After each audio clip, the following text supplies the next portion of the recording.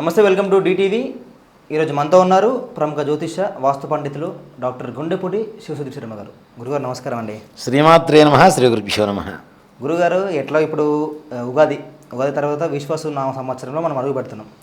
అయితే ఇందాక మీరు అన్నట్టు విశ్వాసనామ సంవత్సరంలో కొన్ని మంత్రివర్గాలు అంటే ఇంక్లూడింగ్ తెలంగాణ రాష్ట్రంలో కూడా కొన్ని అటు ఇటు మారుస్తున్నారు అంటారు. నిజంగా ఈ 25 నుంచి 26 సంవత్సరాలు విశ్వాసనామ సంవత్సరంలో ముఖ్యమంత్రి మారబోతున్నారా? నేను పోయిన సంవత్సరం పంచాంగ శ్రవణం చెప్పినప్పుడు తెలంగాణలో రాష్ట్ర ప్రభుత్వం మారుతుంది, ఆంధ్రప్రదేశ్లో కూటమి గెలుపు తథ్యం, అలాగే మన సెంట్రల్లో మోడీ గారే వస్తారు అనేది నేను సుస్పష్టంగా చెప్పినటువంటి మనం మాట్లాడినప్పుడే అంటే హిందుత్వం గురించి కావాలంటే పక్క మోడీ విన్ అవుతాడు, హిందూ ధర్మం కాపాడుతుందని చెప్పారు. తప్పనిసరిగా. అలాగే ఈ సంవత్సరం విశ్వవసునామ సంవత్సర గ్రహస్థితి చూసుకుంటే ముఖ్యంగా భారతదేశంలో కొంతమంది ముఖ్యమంత్రులు మారేటువంటి అవకాశం సంపూర్ణంగా కనపడుతుంది. అంటే ఇప్పుడు రూలింగ్ అంటే నేషనల్ పార్టీలో లేదంటే సింగిల్ పార్టీ ఉన్న వాటిలో? అంటే ఒకటి చెప్తాను, సింగిల్ పార్టీల్లో అంటే ప్రాంతీయ పార్టీలు ఉంటాయి కదా, ఇప్పుడు తెలంగాణ అని, ఆంధ్రప్రదేశ్ అని, ఇట్లాగా ఏవైతే ఉంటాయో ప్రతిపక్షం వారికి బలం చేకూరేటువంటి అవకాశాలు, కొంతమంది నాయకులు చెరసాల చేరేటువంటి అవకాశాలు, జైలు పాలవ్వటం, తద్వారా అలజడులు పెరగటం. అంతేకాకుండా ముఖ్యంగా మన తెలుగు రాష్ట్రాల్లో చూసుకుంటే మంత్రిత్వ శాఖ మార్పులు తథ్యం. దాంతోపాటుగా ఇప్పుడున్నటువంటి తెలంగాణ, ఆంధ్రప్రదేశ్ రాష్ట్రాలు, తెలుగు రాష్ట్రాల్లో వ్యవహార శైలి చూసుకుంటే ఆంధ్రప్రదేశ్లో ఏ రకమైనటువంటి మార్పులు పెద్దగా కనపడవు. చిన్న చిన్న మంత్రిత్వ శాఖల వ్యక్తులు మారుతుంటారు, కానీ మిగిలిన ప్రభుత్వం అంతా కూడా ముందుకు వెళ్తూ ఉంటుంది. ఇంకా రాబోయేటువంటి ఎన్నికలకు కావలసినటువంటి ప్రణాళికని కూడా సిద్ధం చేసుకుంటూ విజయానికి చెరువులో ఉంటూ దానికి కావలసినటువంటి విధానాన్ని ప్రజల మన్ననలు పొందేటువంటి అవకాశం కూడా సంపూర్ణంగా కనపడుతుంది. ప్రతిపక్ష నాయకులు ఎవరైతే ఉన్నారో వారిలో ముఖ్యులు జైలుకు వెళ్ళేటువంటి అవకాశాలు కనపడుతుంది. అంటే ఇప్పుడు తెలంగాణలోనో, ఏపీలో, ఆంధ్రప్రదేశ్లో. ఓకే. అంటే ప్రతిపక్షం అంటే జగన్ ఉంది అందులో. ఇక మనం పేర్లు చెప్పుకోవడం దేనికి, ఆ పరిస్థితికి వచ్చిన తర్వాత భగవంతుడు చూడాలి. అలాగే ముఖ్యంగా మనం ఉంటున్న తెలంగాణ రాష్ట్రంలో ఇది బాధ అనిపించవచ్చు, కోపం రావచ్చు, తప్పుగా అర్థం చేసుకోవచ్చు. ఇక్కడ నేను చెప్తున్నాను అంటే పంచాంగంలో ఉండేటువంటి గ్రహస్థితి ఏం చెప్తుందో అదే చెప్తున్నా. ఎవరో కొంతమంది స్వాములు పార్టీలకు సొమ్ము కాసినట్టుగా నేను చెప్పటం లేదు. నాకు పార్టీతో సంబంధం లేదు, ప్రాంతంతో సంబంధం లేదు. ఏదైతే నా వృత్తిలో నేను ఉన్నానో, నా వృత్తిలో ఉండేటువంటి విద్యను అనుసరిస్తూ, గ్రహస్థితిని అనుసరిస్తూ చెప్తున్నటువంటి మాటలు తప్పితే ఏ పార్టీకి సొమ్ము కాయాల్సిన అవసరం లేదు. ఏ పార్టీ నాకు ఏ రకమైనటువంటి వ్యవహారంతో సంబంధం లేదు. నిజం చెప్పుకోవాలి, నిజాన్ని ఒప్పుకోవాల్సిన పరిస్థితులు వస్తే, పోయిన సంవత్సరం మనం పంచాంగ శ్రవణంలో చెప్పుకున్నప్పుడు నిజమైనప్పుడు అదే వ్యవహార శైలిలో ఇప్పుడు ఇక్కడ చూసుకుంటే తెలంగాణలో ముఖ్యమంత్రి గారికి, రేవంత్ రెడ్డి గారికి గడ్డు కాలంగా చెప్పుకోవచ్చు. అది అండ్ రీసెంట్గా 2 days బ్యాక్ చూసుకుంటే యూట్యూబ్ ఛానల్స్ మీద కూడా ఆగ్రహం వ్యక్తం చేశాడు. అంటే అంతకుముందుకు 2 జర్నలిస్టులను అరెస్ట్ చేయించాడు. అంటే కాంగ్రెస్ గవర్నమెంట్ని అంటే వాళ్ళు తిట్టలేదు, అంటే వేరే ఎప్పుడైతే ప్రజలు ఉన్నారో తిట్టారు. అంటే అదే బీఆర్ఎస్ భవన్లో అదే ఇష్యూ మీద తిట్టారు. దాన్ని రేట్ చేసుకుని యూట్యూబ్ ఛానల్ మీద తను మాట్లాడినాడు. అంటే తన పతనానికి ఇది కూడా కారణం అనొచ్చు అంటారా? నిజంగా నాన్న, ఇక్కడ ముఖ్యంగా ఏంటంటే హైడ్రా అనేటువంటిది ఒక ముఖ్యమైన కారణం అవుతుంది. ఎగ్జాక్ట్. ఆ బాధితుల నిరసనలు ఇవన్నీ తీసి పక్కన పెడితే వారి కన్నీరు కూడా కారణం అవుతుందని చెప్తా. ఎదుటి వ్యక్తికి జీవితాలు కూడా అలా ఉండొచ్చు నాశనమేని.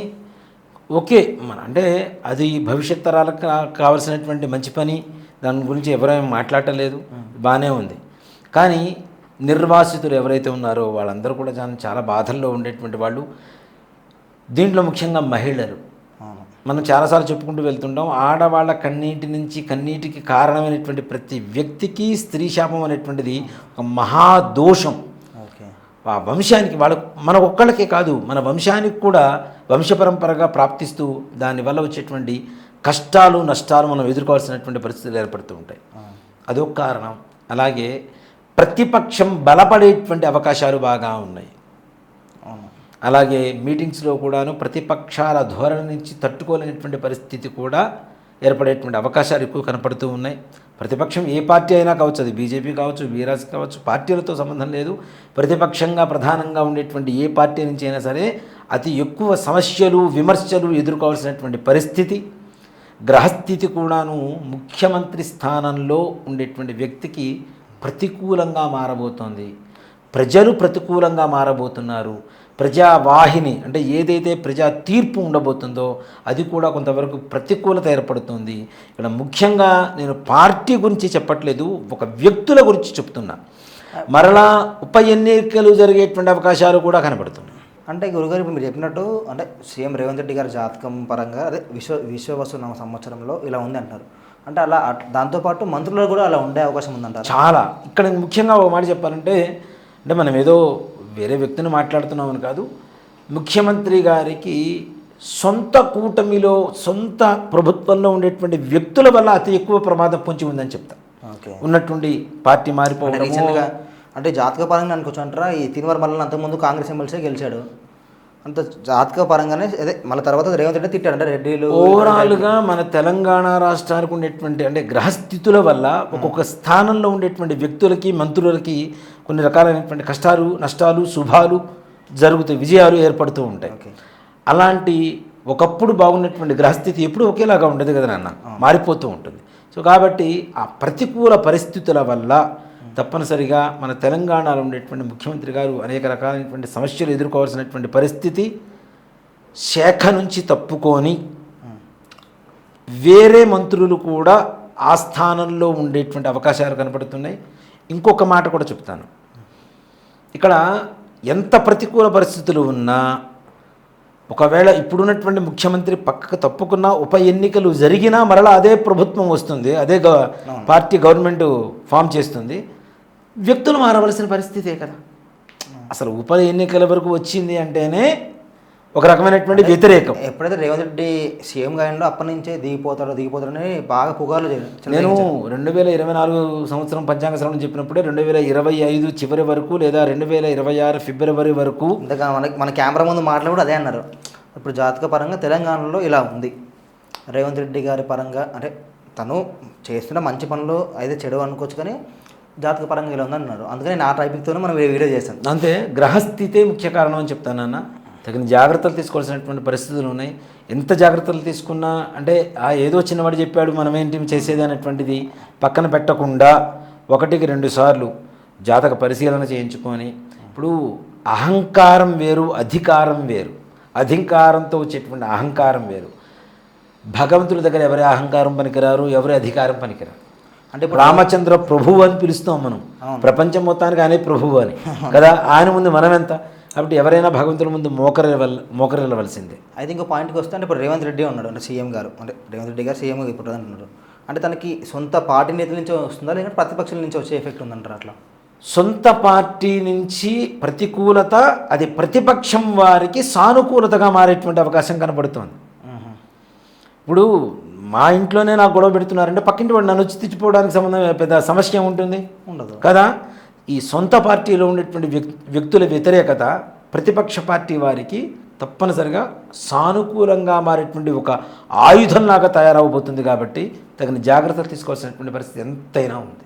ఇది దయచేసి అంటే నేను ఎవరినో ఏదో వ్యక్తిగతంగా మాట్లాడుతున్నటువంటి వ్యవహారాలు కాదు, జరగబోయేటువంటిది గ్రహస్థితిని అనుసరించి మనం చెప్తున్నటువంటి మాటలు. మీరు ఎప్పుడు ఏ చేసినా కూడా మంచి కోసం చెప్తారు, అందరూ మంచిగా ఉండాలని ఇలా ఉంది కాబట్టి జాగ్రత్త పడమని చెప్తున్నాం. ఓకే. ఇంకా ఇదే తెలంగాణ విషయానికి వస్తే నెక్స్ట్ ఏపీ దగ్గరికి వెళ్దాం.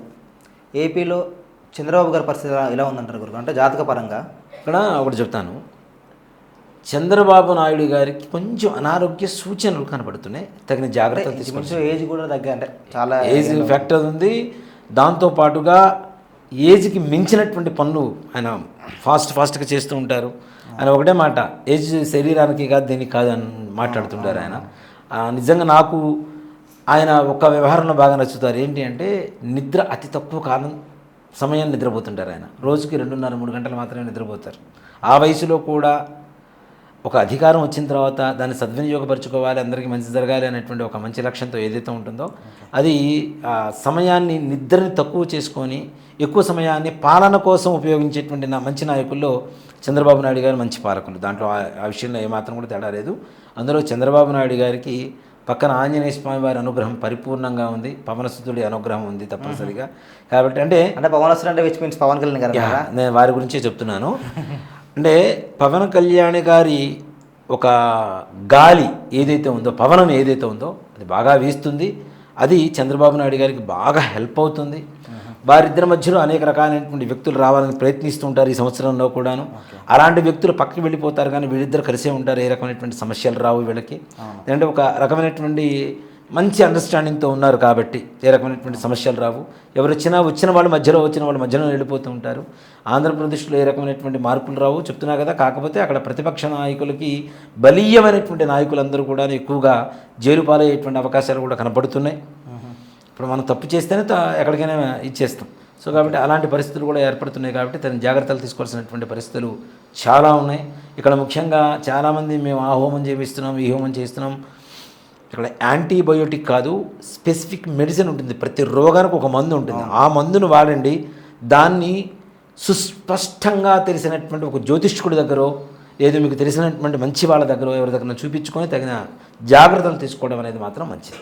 అలాగే ఇప్పుడు ఇందాక అన్నారు కదంటే ఏపీలో ప్రతిపక్ష నేతల్లో ఉన్న ప్రతిపక్ష అంటే leader of the opposition, leader of opposition కొంతమంది నాయకులు, ఇది కొంతవరకు జనాల్లో తీవ్రతమైనటువంటి ఒక ప్రతికూలత వచ్చినా అది కూడా సమసిపోయి మరలా ఉన్న అధికార పార్టీనే రాజ్యం అనేటువంటి అవకాశాలు సంపూర్ణంగా కనుక అంటే ఇంచుమించు చంద్రబాబు గారి జాతక ప్రకారం ఇప్పుడు లాస్ట్ టైం అంటే ఎన్నిక ఇంచుమించు సంవత్సరం దగ్గరికి అవుతుంది. ఇంకొక 5 ఏళ్ళ వరకు ఉంటారంటారు, ఇంకా 10 ఏళ్ళ వరకు ఉంటారు. అయితే చంద్రబాబు గారి జాతక ప్రకారం ఒక మాట చెప్పాలంటే నాన్న, చంద్రబాబు నాయుడు గారి జాతకం ప్రకారం ఈ 5 సంవత్సరాలు ముఖ్యమంత్రి తథ్యం.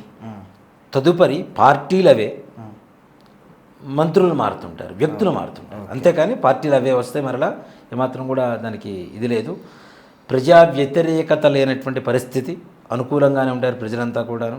ఇప్పుడు ఒకటి నాన్న, మీకు కావాల్సింది మీకు ఇస్తున్నప్పుడు ఎందుకు మాట్లాడతాం మనం? అంతే కదా, దేనికైనా అదే కదా, సో ఎవరైనా అంతే కదా. కాబట్టి ప్రతికూలత ఎక్కడ ఉండదు. తప్పనిసరిగా అదే ప్రభుత్వం, అదే పార్టీ ప్రభుత్వాన్ని ఏర్పాటు చేయడం అనేది మాత్రం తప్పనిసరిగా జరుగుతూ ఉంటుంది. అండ్ ఇంకోటి గురుగారు, ఇప్పుడు లాస్ట్ ఇయర్ అంటే 2024 to 2025 క్రోధిన సంవత్సరంతో స్టార్ట్ అయింది. చాలామంది క్రోధి అంటే విచ్ మీన్స్ బ్యాడ్ అనేలాగా అనుకుంటారు. ఇప్పుడు విశ్వసునామ సంవత్సరం, దీంట్లో అంటే విశ్వసనీయంగా ఏమైనా జరిగే అవకాశం ఉందా ఈ సంవత్సరం? ఇక్కడ అదే నాన్న, ఒక చోట ఉండేటువంటి ప్రాంతాన్ని బట్టి గ్రహస్థితి ప్రభావం ఆ వ్యక్తుల మీద ఎక్కువగా చూపిస్తూ ఉంటుంది. విశ్వావసునామ సంవత్సర ఫలితం చూసుకుంటే ముఖ్యంగా భారతదేశంలో ఈ సంవత్సరం కష్టాలు ఎక్కువగా ఉన్నాయి. ముఖ్యంగా యుద్ధ వాతావరణాలు, సైనికులు చొరబట్టాలు, ఇట్లాంటివన్నీ ఎక్కువగా ఉన్నాయి. విశ్వసనీయత అనేటువంటిది ఒక మాట చెప్పాలి అంటే అతి తక్కువగా ఉండేటువంటి పరిస్థితులు కూడా కనబడుతున్నాయి. మన పక్కన ఉండేటువంటి వాళ్ళే మనకి బలెంలాగా తయారయ్యి మన సీటుకు పోటు పెట్టేటువంటి పరిస్థితులు కనబడుతున్నాయి. కాబట్టి తగిన జాగ్రత్తలు తీసుకోవాల్సినటువంటి పరిస్థితులు కూడా ఉన్నాయి. ఇప్పుడు నమ్మాల్సిన పరిస్థితి వచ్చినప్పుడు నమ్మాలి, కానీ ఎంతవరకు నమ్మాలో అంతవరకు మాత్రమే నమ్ముకుంటూ ముందుకు తీసుకెళ్ళటం అనేది తగినటువంటి విషయం. అందులో ఇంకోటి ఏంటంటే రక్త సంబంధీకుల ద్వారా కూడా వీళ్ళకి కొన్ని ప్రమాదాలు. ఇప్పుడు రక్త సంబంధీకులు అంటే ఇప్పుడు నేనున్నానన్న, నా కొడుకు ఏదైనా చెడ్డ పని చేస్తే నాకు చెడ్డ పేరే కదా. అలాగే మన రక్త సంబంధీకులు, మా కుటుంబంలో ఉండేటువంటి వ్యక్తుల ద్వారా వాళ్ళు చేసినటువంటి చెడ్డ పనుల ప్రభావం కూడా ఈ ముఖ్యమైనటువంటి వ్యక్తుల మీద పడేటువంటి అవకాశం ఉన్నది. కాబట్టి అది కూడా ఒకంత చూసుకోవాల్సినటువంటి, జాగ్రత్త పడాల్సినటువంటి విషయం. ధన్యవాదాలు గురుగారు, చాలా చక్కగా వివరించారు. శ్రీమాత్రే నమః. శ్రీ గురుభ్యో నమః.